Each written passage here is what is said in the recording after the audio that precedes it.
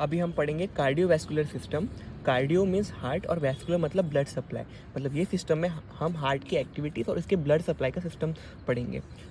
Heart के कुछ actions होते हैं। सबसे पहले हम पढ़ेंगे एक्शंस ऑफ हार्ट। हार्ट के 5 मेन एक्शन होते हैं: क्रोमोट्रॉफिक action, inotropic action, dromotropic action, बाथमोट्रॉफिक action और लूसीट्रॉफिक एक्शन। सबसे पहले हम पढ़ेंगे क्रोमोट्रॉफिक एक्शन। क्रोमोट्रॉफिक एक्शन मतलब फ्रीक्वेंसी ऑफ हार्ट बीट, मतलब हार्ट रेट का एक्शन।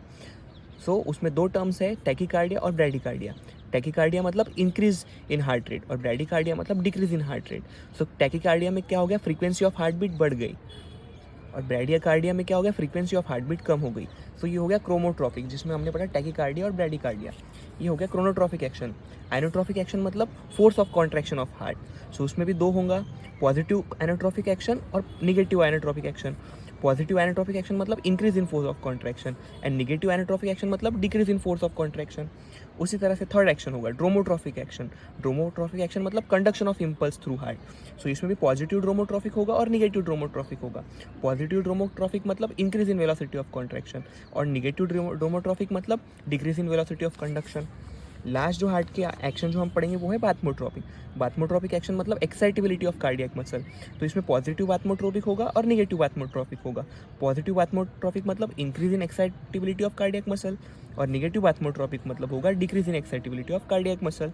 ये थे हार्ट के 4 एक्शंस। क्रोमोट्रॉफिक मतलब force of frequency of heart beat, inotropic मतलब फोर्स ऑफ कॉन्ट्रैक्शन, ड्रोमोट्रॉफिक मतलब कंडक्शन ऑफ इम्पल्स और बाथमोट्रॉफिक मतलब एक्साइटेबिलिटी ऑफ कार्डियक मसल्स। ये थे एक्शंस ऑफ हार्ट। इसके बाद हम पढ़ेंगे कार्डियक मसल्स की जो प्रॉपर्टी होती है। हार्ट में जो मसल्स होते हैं वो होते हैं कार्डियक मसल्स। कार्डियक मसल्स की 4 मेन प्रॉपर्टीज़ होती है जो आपको दिख रही होगी। फर्स्ट है एक्साइटेबिलिटी, उसके बाद है रिदमिसिटी, उसके बाद है कंडक्टिविटी और फोर्थ हम पढ़ेंगे कॉन्ट्रैक्टिसिटी। सबसे पहले हम पढ़ेंगे हार्ट की जो मसल है कार्डियक मसल, उसकी जो फर्स्ट एक्टिविटी है वो है एक्साइटेबिलिटी। मतलब हार्ट के जो मसल्स होते हैं कार्डियक मसल्स, उसमें एक्साइटेबिलिटी प्रॉपर्टी होती है। एक्साइट हो जाते हैं जब उनको एक थ्रेशोल्ड स्टिमुलस मिल जाता है। जब उनको थ्रेशोल्ड स्टिमुलस मिल जाता है तो उसमें एक्शन पोटेंशियल डेवलप होते हैं। उसके बाद है रेस्टिंग मेम्ब्रेन पोटेंशियल। नॉर्मली जो मेम्ब्रेन के अराउंड पोटेंशियल होता है, जब उसमें कोई भी स्टिमुलस नहीं होता है तो उसको हम बोलते हैं RMP, resting membrane potential.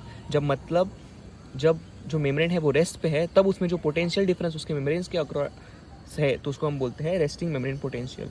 Cardiac muscle का रेस्टिंग मेम्ब्रेन पोटेंशियल है -85 टू -95 मिलीवोल्ट।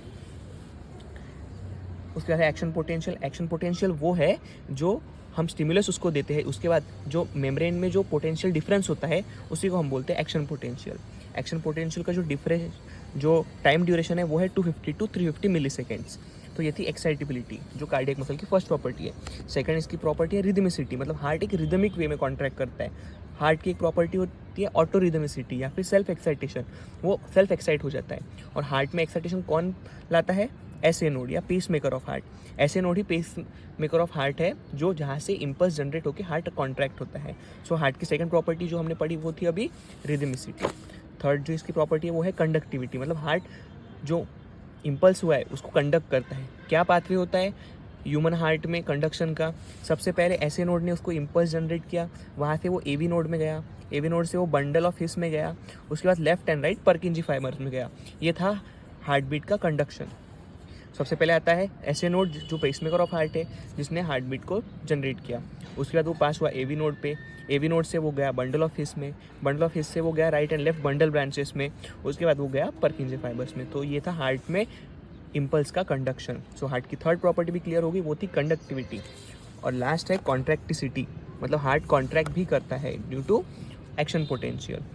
हार्ट कॉन्ट्रैक्ट करता है। इसमें हम बहुत इंपॉर्टेंट प्रिंसिपल पढ़ते हैं, वो है ऑल और नन प्रिंसिपल।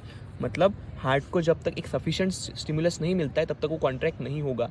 जो मिनिमम स्टिमुलस जो हार्ट को लगता है कॉन्ट्रैक्ट होने के लिए उसको हम बोलते हैं थ्रेशोल्ड स्टिमुलस। अगर हार्ट को थ्रेशोल्ड स्टिमुलस के पहले उससे कम स्टिमुलस मिला तो हार्ट कॉन्ट्रैक्ट नहीं होगा, और अगर हार्ट को थ्रेशोल्ड स्टिमुलस या उससे ऊपर का स्टिमुलस मिल गया तो हार्ट कॉन्ट्रैक्ट हो जाएगा। ऐसा नहीं है कि ज़्यादा स्टिमुलस मिलने पे हार्ट ज़्यादा कॉन्ट्रैक्ट हो जाएगा और कम स्टिमुलस मिलने पे कम कॉन्ट्रैक्ट होगा। अगर हार्ट को मिनिमम स्टिमुलस जो उसकी कॉन्ट्रैक्शन के लिए नेसेसरी है, जो कि है उसका थ्रेशोल्ड स्टिमुलस, अगर वो उसको मिल गया तो वो कॉन्ट्रैक्ट हो जाएगा। इसी का नाम है ऑल और नन प्रिंसिपल। अगर हार्ट कॉन्ट्रैक्ट होगा तो पूरा होगा, नहीं